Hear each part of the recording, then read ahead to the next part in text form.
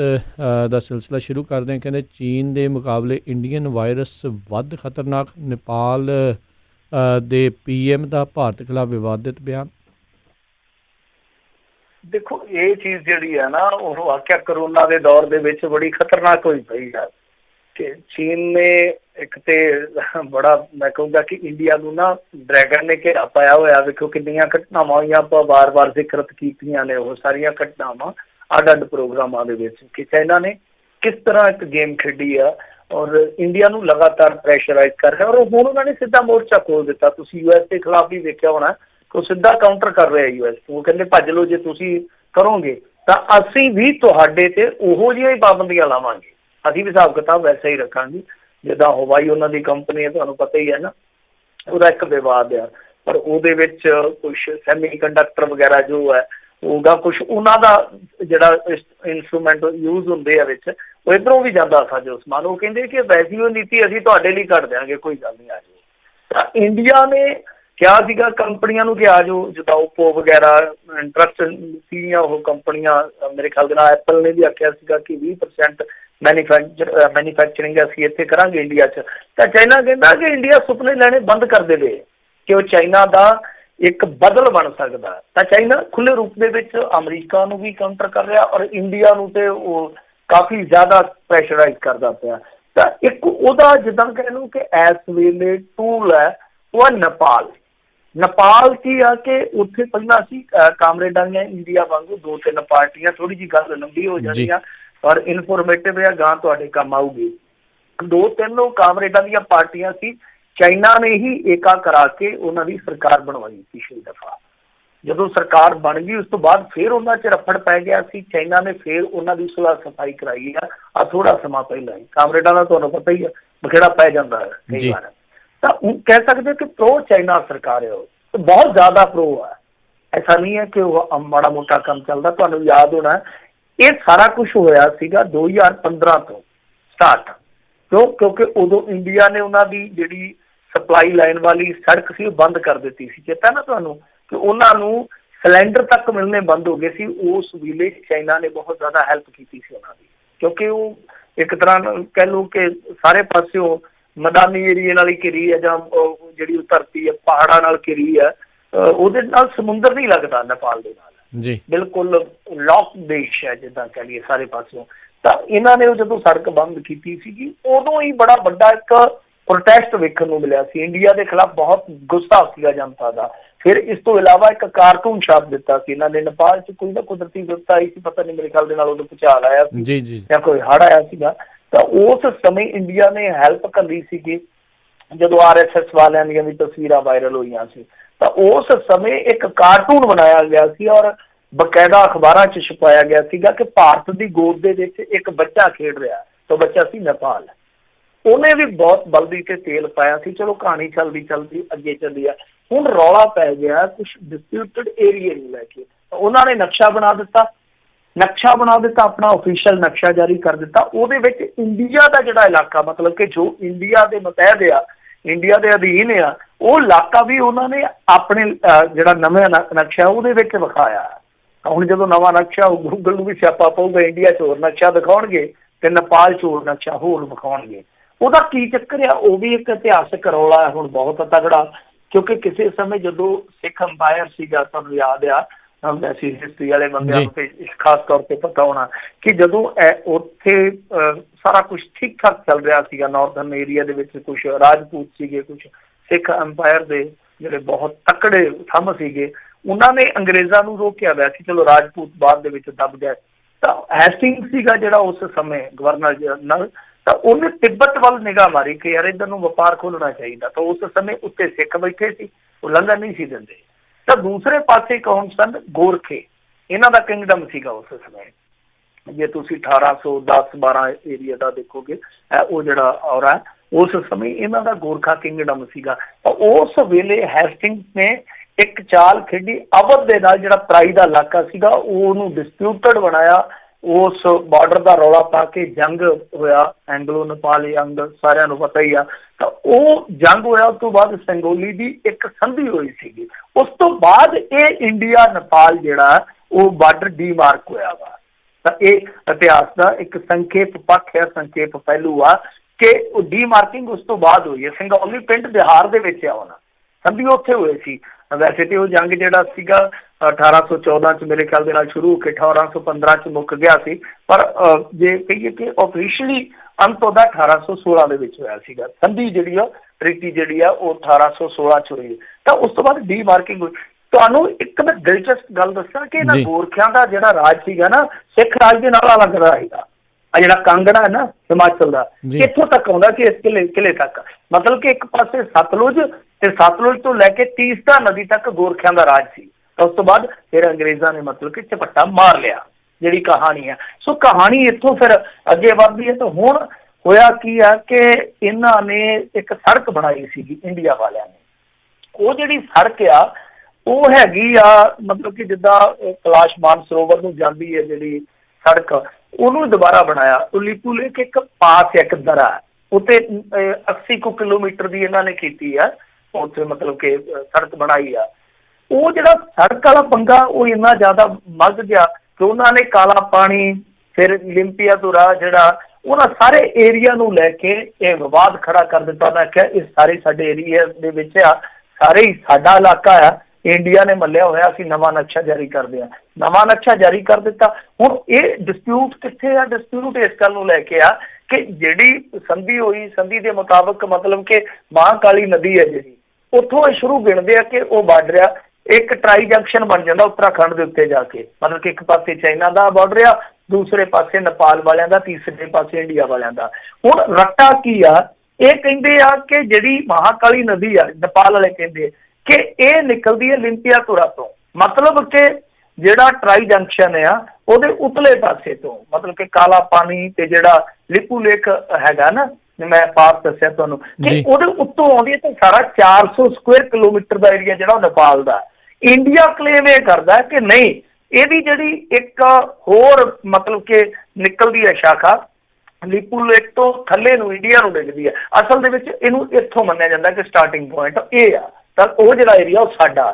ਸੋ ਇਹ ਕਾਲਾ ਪਾਣੀ ਦਾ ਇਲਾਕਾ ਗਿਣਿਆ ਜਾਂਦਾ, ਔਰ ਇਹਦਾ ਹੀ ਮਸਲਾ 400 ਸਕੁਅਰ ਕਿਲੋਮੀਟਰ ਤੋਂ ਘੱਟ ਨਹੀਂ ਹੈ। ਤਾਂ ਇਸ ਗੱਲ ਦਾ ਹੀ ਰੌਲਾ। ਵੈਸੇ ਇੰਡੀਆ ਨੇ ਸੜਕ ਬਣਾਈ ਆ ਕਿਉਂਕਿ ਚਾਈਨਾ ਦੇ ਨਾਲ ਵੀ ਬਾਰਡਰ ਉੱਥੇ ਸ਼ੇਅਰ ਹੁੰਦਾ, ਉਹ ਵੀ ਨੇੜੇ ਨੇੜੇ ਆਉਂਦੇ ਪਏ ਆ, ਉਹ ਵੀ ਘੇਰਾ ਪਾਉਂਦੇ ਪਏ। ਇੰਡੀਆ ਵੀ ਇਹੋ ਜਿਹੀਆਂ ਮਤਲਬ ਕਿ ਤੁਹਾਨੂੰ ਪਤਾ ਹੀ ਆ ਕੂਟਨੀਤਿਕ ਚਾਲਾਂ ਫਿਰ ਚੱਲਦਾ ਹੀ ਆ, ਅਗਲਾ ਦੂਸਰਾ ਵੀ ਚੱਲਦਾ। ਸੋ ਆਹ ਰੌਲਾ ਹੈ। ਹੁਣ ਉਹ ਗੱਲ ਇੱਥੋਂ ਤੱਕ ਚੱਲ ਗਈ ਆ ਕਿ ਉਹਨਾਂ ਦਾ ਪ੍ਰਾਈਮ ਮਿਨਿਸਟਰ ਇੰਡੀਆ ਨੂੰ ਇੱਕ ਖਤਰਨਾਕ ਵਾਇਰਸ ਦੱਸ ਰਿਹਾ ਕਿ ਚਾਈਨੀਜ਼ ਵਾਇਰਸ ਤੋਂ ਵੀ ਇਹ ਖਤਰਨਾਕ ਆ। ਤਾਂ ਇਹਦਾ ਮਤਲਬ ਆ ਕਿ ਨੇਪਾਲ ਤੇ ਇੰਡੀਆ ਦੇ ਰਿਸ਼ਤੇ ਜਿਹੜੇ ਕਿ ਬਹੁਤ ਵਧੀਆ ਰਿਸ਼ਤੇ ਸੀ, ਉਹ ਅੱਜ ਇੰਨੇ ਤਰੇੜੇ ਗਏ ਆ।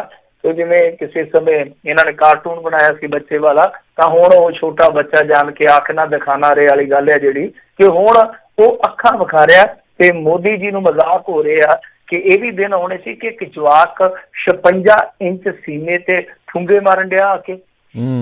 ਜੇ ਅਸਲੀ ਹੋਵੇ 56 ਇੰਚ ਵੱਖਰੀ ਗੱਲ ਹੈ, ਜਦੋਂ ਨਕਲੀ ਹੁੰਦਾ ਫਿਰ ਕੋਈ ਵੀ ਠੁੰਗੇ ਮਾਰ ਜਾਂਦਾ ਹੈ। ਅਗਲੀ ਜਿਹੜੀ ਮਿੰਟੂ ਜੀ ਗੱਲ ਕਰਦੇ, ਕਹਿੰਦੇ ਆਪ ਦੇ ਵਿਧਾਇਕ ਦਾ ਕੈਪਟਨ ਸਰਕਾਰ ਦੇ ਉੱਤੇ ਵੱਡਾ ਇਲਜ਼ਾਮ, NRI ਲੋਕਾਂ ਨੂੰ ਮਹਿੰਗੇ ਹੋਟਲ ਦੇ ਕੇ ਕੀਤਾ ਘਪਲਾ।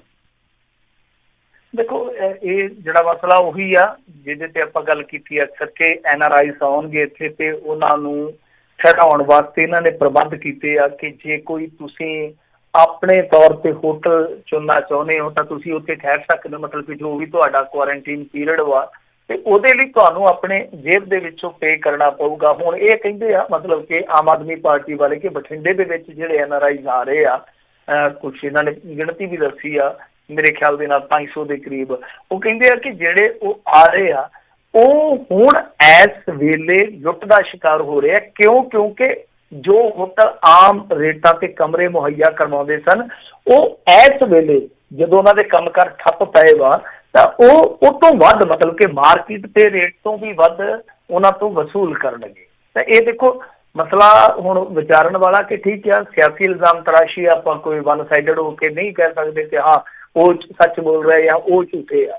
ਇਹਦੇ ਵਿੱਚ ਹੋਣਾ ਕੀ ਚਾਹੀਦਾ ਕਿ ਜੋ ਵੀ ਬਾਜ਼ਾਰੂ ਰੇਟ ਆ ਉਹ ਇਹਨਾਂ ਨੂੰ ਮੁਕਰਰ ਕਰ ਦੇਣਾ ਚਾਹੀਦਾ। ਮਤਲਬ ਕਿ ਹੁਣ ਦੇਖੋ ਹੋਟਲਾਂ ਦਾ ਪਤਾ ਹੀ ਹੁੰਦਾ ਨਾ ਕਿ ਆ ਜੀ 3 ਸਟਾਰ 5 ਸਟਾਰ ਆ, ਫਲਾਣਾ ਸਟਾਰ ਆ, ਕਈ ਸਟਾਰ ਤੋਂ ਬਿਨਾਂ ਹੀ ਹੁੰਦੇ ਆ। ਉਹ ਆਪਣੇ ਆਪ ਹੀ ਸਟਾਰ ਹੁੰਦੇ ਆ ਕਿ ਸਾਡਾ ਬਈ ਸਟਾਰਾਂ ਨਾਲੋਂ ਕੋਈ ਘੱਟ ਨਹੀਂ ਕੰਮ। ਮਤਲਬ ਕਿ ਇਸ ਤਰ੍ਹਾਂ ਇਹ ਰੇਟ ਸੂਚੀ ਜਾਰੀ ਕਰਦੇ ਨੇ। ਮੰਨ ਲਓ ਕੋਈ NRI ਆ, ਹੁਣ ਇਹ ਥੋੜ੍ਹੀ ਜ਼ਰੂਰੀ ਹੈ ਕਿ ਉਹ 5 ਰੁਪਈਆਂ ਦੀ ਸਿਰ ਤੇ ਚੁੱਕੀ ਫਿਰਦਾ। ਕੋਈ ਮਾਸੜ ਵੀ ਤਾਂ ਉੱਧਰੋਂ ਉੱਜੜ ਕੇ ਆਇਆ ਹੋ ਸਕਦਾ, ਕੋਈ ਜੋਬਲੈਸ ਆਇਆ ਹੋ ਸਕਦਾ, ਕੋਈ ਸਟੂਡੈਂਟ ਆ, ਤਾਂ ਉਹਨੂੰ ਇਹ ਆਫਰ ਦਿੱਤੀ ਜਾਣੀ ਚਾਹੀਦੀ ਹੈ ਕਿ ਤੂੰ ਕਿਸ ਤਰ੍ਹਾਂ ਦਾ ਅਫੋਰਡ ਕਰ ਸਕਦਾ। ਇਹ ਥੋੜ੍ਹੀ ਨਾ ਕਿ ਇੱਕ ਹੋਟਲ ਤੁਸੀਂ ਕਰ ਲਿਆ ਸਿਲੈਕਟ, ਤੇ ਇੱਕ ਬੰਦਾ ਤੇ ਉੱਧਰੋਂ ਬਿਜ਼ਨਸਮੈਨ ਆਇਆ, ਤਗੜਾ ਕਾਰੋਬਾਰ ਆ, ਉਹ ਆ ਗਿਆ, ਤੇ ਇੱਕ ਵਿਚਾਰਾ ਜਿਹੜਾ ਸਟੂਡੈਂਟ ਹੈ ਰੁਲਿਆ ਖੁਲਿਆ ਉਹ ਆ ਗਿਆ, ਤੇ ਉਹਨਾਂ ਦੋਨਾਂ ਕੋਲ ਆਪਸ਼ਨ ਇੱਕੋ ਹੀ ਹੈ ਕਿ ਭਾਈ ਇਹਦੇ ਵਿੱਚੋਂ ਚੁਣੋ ਤੁਸੀਂ। ਇਹ ਤਾਂ ਗਲਤ ਹੈ ਨਾ ਕਿ ਉਸ ਹਿਸਾਬ ਨਾਲ ਹੀ ਹੋਵੇ ਕਿ ਹਾਂ ਭਾਈ ਆਹ ਰੇਟ ਲਿਸਟ ਆ ਜੇ ਤੁਸੀਂ ਸਹੂਲਤ ਲੈਣੀ ਆ ਤੇ ਇਸ ਹੋਟਲ ਦਾ ਇੰਨਾ ਤੁਹਾਨੂੰ ਰੈਂਟ ਪਊਗਾ, ਇਹਦਾ ਇੰਨਾ ਪਊਗਾ। ਸਰਕਾਰ ਨੂੰ ਚਾਹੀਦਾ ਸਫਾਈ ਦੇਣੀ। ਵੈਸੇ ਅਮਨ ਅਰੋੜਾ ਦਾ ਇਹ ਅਸੂਲ ਆ ਕਿ ਉਹ ਤੱਥਾਂ ਤੋਂ ਬਗੈਰ ਗੱਲ ਨਹੀਂ ਕਰਦਾ। ਜਿੱਥੋਂ ਤੱਕ ਸਵਾਲ ਹੈ ਰਾਜਨੀਤੀ ਜਵਾਬ ਦੀ ਜਗ੍ਹਾ ਤੇ ਹੈ, ਮਤਲਬ ਕਿ ਤੱਥਾਂ ਤੋਂ ਬਿਨਾਂ ਉਹ ਗੱਲ ਨਹੀਂ ਕਰਦਾ। ਉਹਦੇ ਕੋਲ ਕੋਈ ਨਾ ਕੋਈ ਤੱਥ ਜ਼ਰੂਰ ਹੋਣਗੇ, ਪਰ ਜੇ ਨਹੀਂ ਵੀ ਆ, ਜੇ ਆਪਾਂ ਇਸ ਨੂੰ ਸਿਆਸੀ ਐਂਗਲ ਤੋਂ ਲਈਏ ਕਿ ਠੀਕ ਹੈ ਸਿਆਸੀ ਇਲਜ਼ਾਮ ਤਰਾਸ਼ੀ ਚੱਲਦੀ ਰਹਿੰਦੀ ਹੈ, ਤਾਂ ਸਰਕਾਰ ਨੂੰ ਅਜਿਹਾ ਜ਼ਰੂਰ ਕਰਨਾ ਚਾਹੀਦਾ। ਉਸ ਤਰ੍ਹਾਂ ਕਰੋਨਾ ਨਾਲ ਜੁੜੀਆਂ ਕੁਝ ਹੋਰ ਵੀ ਖਬਰਾਂ ਨੇ, ਥੋੜ੍ਹੀਆਂ ਬਹੁਤੀਆਂ ਆਪਾਂ ਉਹ ਵੀ ਦੇਖ ਲੈਂਦੇ ਹਾਂ ਕਿ ਦੁਨੀਆ ਦੇ ਵਿੱਚ 80 ਦੇ ਵਿੱਚੋਂ 40 ਦੇਸ਼ਾਂ ਨੇ, ਮਤਲਬ ਕਿ ਅੱਧਿਆਂ ਨੇ ਲਾਕਡਾਊਨ ਤਕਰੀਬਨ ਖੋਲ੍ਹ ਦਿੱਤਾ। ਸਭ ਤੋਂ ਜ਼ਿਆਦਾ 26 ਦੇਸ਼ ਜਿਹੜੇ ਆ ਯੂਰਪ ਦੇ ਆ, ਯਾਨੀ ਇੱਕ ਹੀ ਦੇਸ਼ ਰਹਿ ਗਿਆ ਫਿਰ ਲਾਕਡਾਊਨ ਦੇ ਵਿੱਚ 27 ਹੈ ਮੇਰੇ ਖਿਆਲ ਦੇ ਨਾਲ ਯੂਰਪੀਅਨ ਯੂਨੀਅਨ ਦੇ ਵਿੱਚ। ਤੇ ਜੇ ਆਪਾਂ ਦੇਖੀਏ ਤਾਂ 6 ਦੇਸ਼ ਐਸੇ ਆ ਜਿਹੜੇ ਆਪਣੀਆਂ ਹੱਦਾਂ ਯਾਨੀ ਸਰਹੱਦਾਂ ਜਿਹੜੀਆਂ ਉਹ ਵੀ ਖੋਲ੍ਹਣ ਲਈ ਤਿਆਰ ਆ। ਲਹਿੰਦੇ ਪੰਜਾਬ ਦੇ ਵਿੱਚ ਵਿਧਾਨ ਸਭਾ ਮੈਂਬਰ ਹੈ ਬੀਬੀ ਸ਼ਹੀਨ ਰਜ਼ਾ, ਉਹਨਾਂ ਦੀ ਕਰੋਨਾ ਵਾਇਰਸ ਕਰਕੇ ਮੌਤ ਹੋ ਗਈ ਆ। ਤਾਈਵਾਨ ਮੁੱਦੇ ਤੇ ਚੀਨ ਦੀ ਧਮਕੀ ਅਮਰੀਕਾ ਨੂੰ ਕਿ ਅੰਜਾਮ ਭੁਗਤਣ ਲਈ ਤਿਆਰ ਰਹੋ। ਤੇ ਮੈਂ ਤੁਹਾਨੂੰ ਅੱਗੇ ਦੱਸਿਆ ਸੀਗਾ ਕਿ ਉਹ ਕਾਫੀ ਤੱਤਾ ਚਾਈਨਾ ਇਸ ਟਾਈਮ ਕਾਊਂਟਰ ਕਰ ਰਿਹਾ ਅਮਰੀਕਾ ਨੂੰ, ਕਿਉਂਕਿ ਤਾਈਵਾਨ ਨੂੰ ਹੁਣ ਪ੍ਰਮੁਖਤਾ ਦੇ ਰਿਹਾ ਅਮਰੀਕਾ। ਇਹ ਸਭ ਕੁਝ ਕੌਮਾਂਤਰੀ ਕੂਟਨੀਤੀ ਦਾ ਹੀ ਹਿੱਸਾ।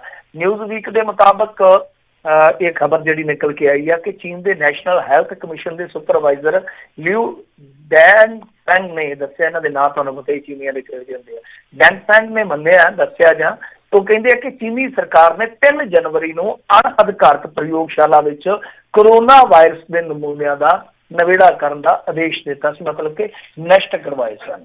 ਤਾਂ ਇਹ ਆਪਣੇ ਆਪ ਦੇ ਵਿੱਚ ਬਹੁਤ ਵੱਡਾ ਖੁਲਾਸਾ ਹੈ ਜੇ ਇਹ ਤੱਥਾਂ ਦੇ ਆਧਾਰ ਤੇ ਹੈ ਜਾਂ ਇਹਨਾਂ ਦੇ ਕੋਲ ਸਪਸ਼ਟ ਤੌਰ ਤੇ ਕੁਝ ਜਾਣਕਾਰੀਆਂ ਹੈਗੀਆਂ।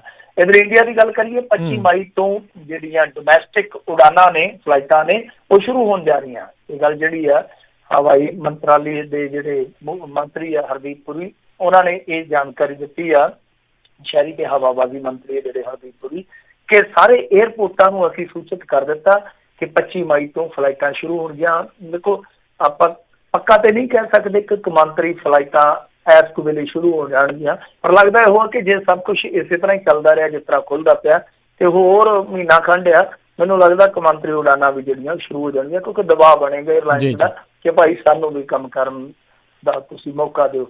ਦੂਸਰੇ ਪਾਸੇ ਜੀ ਨਿਊਜ਼ ਚੈਨਲ ਜਿਨ੍ਹਾਂ ਨੇ ਤਬਲੀਗੀਆਂ ਦਾ ਬਹੁਤ ਜ਼ਿਆਦਾ ਢਿੰਡੋਰਾ ਪਿੱਟਿਆ ਸੀਗਾ, ਉਹਨਾਂ ਦੇ ਵੀ ਆਪਣੇ ਤਕਰੀਬਨ 2 ਦਰਜਨ ਤੋਂ ਵੱਧ ਕਰਮਚਾਰੀ ਜਿਹੜੇ ਉਹ ਪੋਜ਼ਿਟਿਵ ਪਾਏ ਗਏ ਤੇ ਉਹਨਾਂ ਦੇ ਐਡੀਟਰ ਤੇ ਦੋਸ਼ ਲੱਗਦੇ ਆ ਕਿ ਜਿਸ ਵੇਲੇ ਇਹ ਹੁਕਮ ਹੋਇਆ ਸੀਗਾ ਕਿ 33% ਤੋਂ ਵੱਧ ਤੁਹਾਡੇ ਸਟਾਫ ਦੀ ਹਾਜ਼ਰੀ ਨਹੀਂ ਹੋਣੀ ਚਾਹੀਦੀ, ਉਸ ਵੇਲੇ ਇਹਨੇ 100% ਕਰਮਚਾਰੀਆਂ ਨੂੰ ਕੰਮ ਤੇ ਹਾਜ਼ਰ ਹੋਣ ਦਾ ਦਬਾਅ ਬਣਾਇਆ। ਤੇ ਜੀ ਨਿਊਜ਼ ਵਾਲੇ ਹੁਣ ਸ਼ੀ ਨਾ ਕਰਨ, ਹੁਣ ਦੱਸਣ ਕਿ ਭਾਈ ਕਿਵੇਂ ਆ, ਇੱਕ ਅੰਕੜਾ ਆਪਣੇ ਬਾਰੇ ਵੀ ਜਾਰੀ ਕਰਨ ਕਿ ਹਾਂ ਸਾਡੇ ਵੀ ਇੰਨੇ ਜਿਹੜੇ ਆ ਉਹ ਰਗੜੇ ਗਏ ਔਰ ਉਹਦੇ 'ਚ ਅਣਗਹਿਲੀ ਕੀਤੀ ਹੈ, ਸਾਫ਼ ਕਰਨਾ ਚਾਹੀਦਾ। ਵੈਸੇ ਇਹਨਾਂ ਨੂੰ ਸ਼ਰਮਿੰਦਗੀ ਅੱਗੇ ਵੀ ਬਹੁਤ ਵਾਰੀ ਹੋਈ ਹੈ, ਪਰ ਫਿਰ ਵੀ ਚਲੋ ਬਿਮਾਰ ਨੂੰ ਬਿਮਾਰ ਦੀ ਨਜ਼ਰ ਨਾਲ ਦੇਖਣਾ ਚਾਹੀਦਾ, ਪਰ ਕਿਸੇ ਵੀ ਵਰਗ ਨੂੰ, ਕਿਸੇ ਵੀ ਤਬਕੇ ਨੂੰ ਇੰਨਾ ਭੰਡਣਾ ਨਹੀਂ ਚਾਹੀਦਾ। ਬਿਮਾਰੀ ਮੈਂ ਅੱਗੇ ਕਿਹਾ ਨਾ ਕਿ ਨਾ ਨੇਮ ਪਲੇਟ ਦੇਖਦੀ ਹੈ ਨਾ ਜ਼ਾਤ ਦੇਖਦੀ ਹੈ, ਬਿਮਾਰ ਕੋਈ ਵੀ ਹੋ ਸਕਦਾ। ਸੋ ਬਿਮਾਰ ਨੂੰ ਬਿਮਾਰ ਹੀ ਦੇਖੋ, ਤਬਲੀਗੀ ਦੀ ਨਿਗਾਹ ਨਾਲ ਦੇਖੋ, ਹਿੰਦੂ ਦੀ ਨਿਗਾਹ ਨਾਲ ਦੇਖੋ। ਦੂਸਰੇ ਪਾਸੇ ਬੱਸਾਂ ਦੀ ਸਿਆਸਤ ਜਿਹੜੀ ਉਹ ਚੱਲਦੀ ਪਈ ਆ। ਪੰਜਾਬ ਦੀ ਨੂੰਹ ਆ ਜਿਹੜੀ ਕਾਂਗਰਸੀ ਵਿਧਾਇਕਾ ਵੀ ਹੈ ਯੂਪੀ ਦੀ, ਬੀਬੀ ਅਦਿਤੀ, ਉਹਨੇ ਆਪਣੀ ਹੀ ਪਾਰਟੀ ਤੇ ਸਵਾਲ ਚੁੱਕਿਆ। ਇਸ ਤੋਂ ਇਲਾਵਾ ਲਾਕਡਾਊਨ ਦੇ ਵਿੱਚ ਹੀ ਕਮਲਨਾਥ ਸਰਕਾਰ ਦੇ ਵਿੱਚ ਮੰਤਰੀ ਰਹੇ ਤਰੁਣ ਭਾਨੋਟ ਦਾ ਬੰਗਲਾ ਜਿਹੜਾ ਉਹ ਖਾਲੀ ਕਰਵਾ ਲਿਆ ਗਿਆ। ਇਹ ਆ ਬੰਦੇ ਦਿਨ ਕਿ ਮੰਤਰੀ ਸਾਹਿਬ ਦਾ ਬੰਗਲਾ ਜਿਹੜਾ ਖਾਲੀ ਕਰਾ ਲਿਆ ਗਿਆ, ਪਰ ਜਿਹੜੇ ਲੋਕ ਸਾਈਡ ਬਦਲ ਗਏ ਸੀ, ਮਤਲਬ ਕਿ ਭਾਰਤੀ ਜਨਤਾ ਪਾਰਟੀ ਜੁਆਇਨ ਕਰ ਗਿਆ ਸੀ, ਉਹਨਾਂ ਨੂੰ ਕਿਸੇ ਨੂੰ ਨੋਟਿਸ ਤੱਕ ਨਹੀਂ ਦਿੱਤਾ ਗਿਆ। ਮਤਲਬ ਕਿ ਬੰਗਲੇ ਜਿਹੜੇ ਆ ਜਿਉਂਦੇ ਤੇ ਉਹੀ ਆ, ਕਿਉਂਕਿ ਉਹਨਾਂ ਨੇ ਪਾਲਾ ਬਦਲ ਲਿਆ ਸੀਗਾ। ਹੁਣ ਉਹਨਾਂ ਨੂੰ ਪਾਲਾ ਕੀ ਲੱਗਣਾ, ਵੈਸੇ ਕਹਿੰਦੇ ਹੁੰਦੇ ਆ ਕਿ ਢਿੱਡ ਨੂੰ ਗੋਡੇ ਪਾਲੇ 'ਚ ਹੀ ਆਉਂਦੇ ਆ। ਤੇ ਜਿਹੜੇ ਪਾਲਾ ਹੀ ਬਦਲ ਗਿਆ ਤਾਂ ਫਿਰ ਉਹਨਾਂ ਨੂੰ ਪਾਲਾ ਕੀ ਲੱਗਣਾ, ਉਹਨਾਂ ਨੂੰ ਤੇ ਪੂਰੇ ਸ਼ਨੀਲ ਦੇ ਜਿਹੜੇ ਕੱਪੜੇ ਆ ਗਰਮ ਕੰਬਲ ਦੇ ਦਿੱਤੇ ਜਾਂਦੇ ਆ।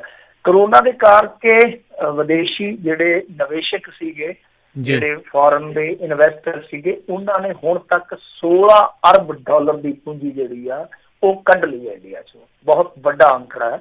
ਤੇ ਦੂਜੇ ਪਾਸੇ ਜਿਵੇਂ ਕਹਿ ਲਈਏ ਨਾ ਕਿ ਕੰਗਾਲੀ ਝਾਟਾ ਗਿੱਲਾ, ਇਸ ਤਰ੍ਹਾਂ ਹੀ ਆ ਮੁਸੀਬਤ ਦੇ ਵਿੱਚ ਇੱਕ ਹੋਰ ਮੁਸੀਬਤ ਆ ਗਈ ਆ ਕਿ ਇੱਕ ਅਮਫਾਨ ਬਹੁਤ ਤਗੜਾ ਸਾਈਕਲੋਨ ਹੈ ਜਿਹੜਾ ਉਹ ਵਧਿਆ ਤੇ ਉਹ ਉੜੀਸਾ ਬੰਗਾਲ ਦੇ ਵਿੱਚ ਤੱਕ ਨਾਲ ਟਕਰਾਇਆ। ਬਾਰਿਸ਼ ਸ਼ੁਰੂ ਹੋਈ ਆ, ਕਈ ਮਕਾਨ ਜਿਹੜੇ ਤਬਾਹ ਹੋ ਗਿਆ, ਕਾਫੀ ਉਹਦੀ ਤੀਬਰਤਾ ਜਿਹੜੀ ਵੇਖਣ ਨੂੰ ਮਿਲ ਰਹੀ ਆ।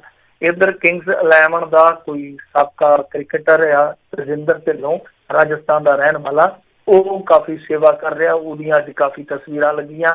ਇੱਧਰ ਪਠਰਾਵਾ ਪਿੰਡ ਖੁੱਲਿਆ, ਪਿੰਡ ਵਾਸੀਆਂ ਨੇ 3 ਟਰੱਕ ਰਸਦ ਜਿਹੜੀ ਆ ਉਹ ਅੰਮ੍ਰਿਤਸਰ ਵਿਖੇ ਭੇਜੀ ਆ ਗੁਰੂ ਕੇ ਲੰਗਰਾਂ ਵਾਸਤੇ। ਸ਼ਰਮ ਆਉਣੀ ਚਾਹੀਦੀ ਉਹਨਾਂ ਲੋਕਾਂ ਨੂੰ ਜਿਨ੍ਹਾਂ ਨੇ ਇਸ ਪਿੰਡ ਨੂੰ ਖੂਬ ਵੰਡਿਆ ਤੇ ਖੂਬ ਵੰਡਿਆ। ਉਹਦੇ 'ਚ ਚਾਹੇ ਕੋਈ ਸਿੰਗਰ ਹੋਵੇ ਤੇ ਚਾਹੇ ਕੋਈ ਪੁਲਸੀਆ ਹੋਵੇ ਤੇ ਚਾਹੇ ਕੋਈ ਆਮ ਸਿੱਖ ਹੋਵੇ ਤੇ ਚਾਹੇ ਕੋਈ ਪੰਜਾਬੀ ਹੋਵੇ, ਬਹੁਤ ਲੋਕਾਂ ਨੇ ਉਹਨਾਂ ਦੀ ਵਾਲ ਦੀ ਖੱਲ ਲਾਈ ਸੀਗੀ। ਦੂਜੇ ਪਾਸੇ ਇੱਕ ਲੁਧਿਆਣੇ 'ਚ ਨਸ਼ੇ ਦੀ ਓਵਰਡੋਜ਼ ਨਾਲ ਵਿਅਕਤੀ ਮਰਿਆ, ਉਹਦੀ ਰਿਪੋਰਟ ਪੋਜ਼ਿਟਿਵ ਆ ਗਈ ਆ। ਹੁਣ ਠੀਕ ਜਿਹਦੇ ਤੋਂ ਸਮਾਨ ਲਿਆਇਆ ਹੋਣਾ ਉਹਦੇ ਵੀ ਭਾਅ ਦੀ ਬਣ ਗਈ ਹੋਣੀ ਆ। ਪਰ ਇਹ ਕਮਾਲ ਦੀ ਗੱਲ ਆ ਕਿ ਇੱਥੇ ਲੱਖ ਦੇ ਨੇੜੇ ਕੋਈ ਮਰਿਆ, ਦੱਸਦੇ ਆ ਕਿ ਅਧਰੰਗ ਹੋਇਆ ਸੀ।